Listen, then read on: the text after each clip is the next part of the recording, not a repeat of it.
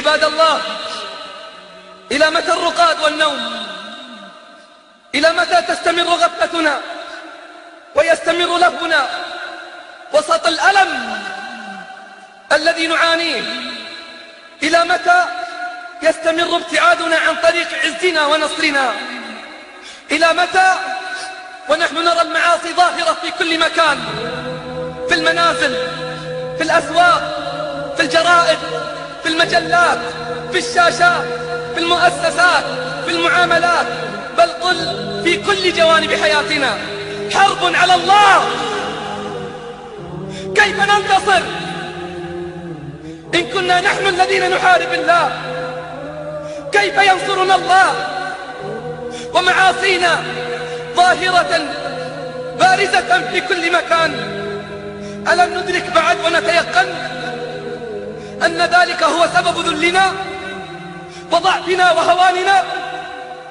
إلى متى عباد الله ونحن نبارز جبار السماوات والأراضين بالمعاصي؟ أما نخاف؟ أما نخشى؟ هل تناسينا وعده ووعيده وعقابه؟ أن نصحو أما أم إننا لن نصحو إلا عندما تأتي علينا الطامات والعقوبات التي بدأنا نرى نذرها تلوح في السماء، ونكون وقتها استحققناها بإعراضنا وقسوة قلوبنا. قال الله: فلولا إذ جاءهم بأسنا تضرعوا فلولا إذ جاءهم بأسنا تضرعوا ولكن قست قلوبهم وزين لهم الشيطان ما كانوا يعملون. فلما نسوا ما ذكروا به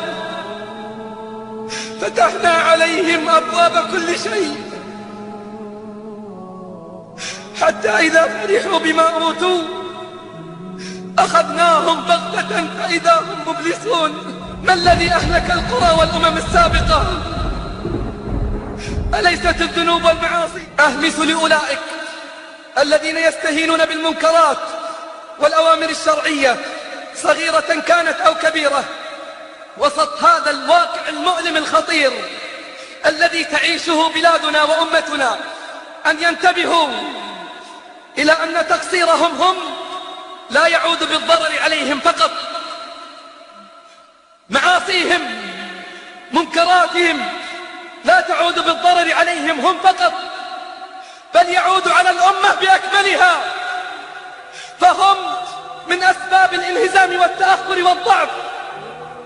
من المؤلم أنه على رغم الأحداث الأخيرة الخطيرة التي مرت وتمر بنا وسيمر بنا مثلها كثير، إن لم نرجع إلى الله فإن الكثير من المسلمين أفرادا ومجتمعات لا زالوا مصرين على الذنوب والابتعاد عن منهج الله، بل بعضهم يجاهر بمعاصيه في كل مكان. والله هذه خيانة لله ولرسوله.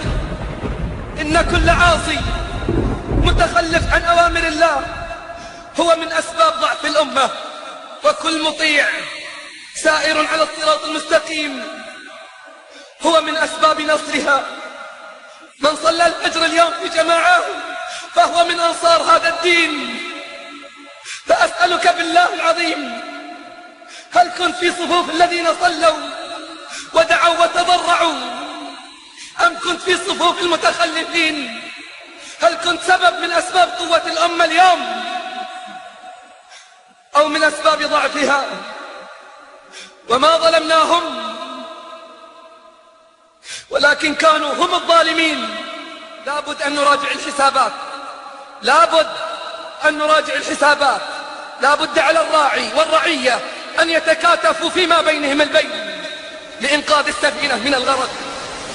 لابد على الراعي والرعية أن يتناصحوا فيما بينهم البين لإنقاذ السفينة من الغرق، وهي على وشك الغرق إلا أن يلطف بنا الرحمن الرحيم. والله السفينة على وشك الغرق، إلا أن يلطف بنا الرحمن الرحيم. اللهم من أرادنا وبلادنا وبلاد المسلمين بسوء فأشغله بنفسه، واجعل تدبيره تدميره وكيده في نحره يا رب العالمين. اللهم طهر بلادنا وبلاد المسلمين من الفواحش والمنكرات ما ظهر منها وما بطن يا رب الأرض والسماوات. اللهم امن علينا بتوبة نصوح يا رب العالمين. اغفر ذنب المذنبين واقبل توبة التائبين وردنا إليك ردا جميلا يا رب العالمين. اللهم اجمع كلمة المسلمين على الحق يا رب العالمين. اللهم من حاد منهم عن الصواب فرده إلى الحق والصراط المستقيم يا رب العالمين. اللهم اجمع كلمة المسلمين على الحق يا جبار السماوات والأراضين. اللهم انصر المجاهدين في سبيلك والآمرين بالمعروف والناهين عن المنكر. اللهم أيدهم بتأييدك يا حي يا قيوم. اللهم ادفع عنا الغلا والوبا والربا والزنا والفواحش والفتن ما ظهر منها وما بطن. اللهم اكبت عدوك وعدونا من اليهود والنصارى الذين يمكرون بنا مكر الليل والنهار. ندرأ بك في نحورهم ونعوذ بك اللهم من شرورهم. اللهم اجمع قلوبنا على الحق يا حي يا قيوم.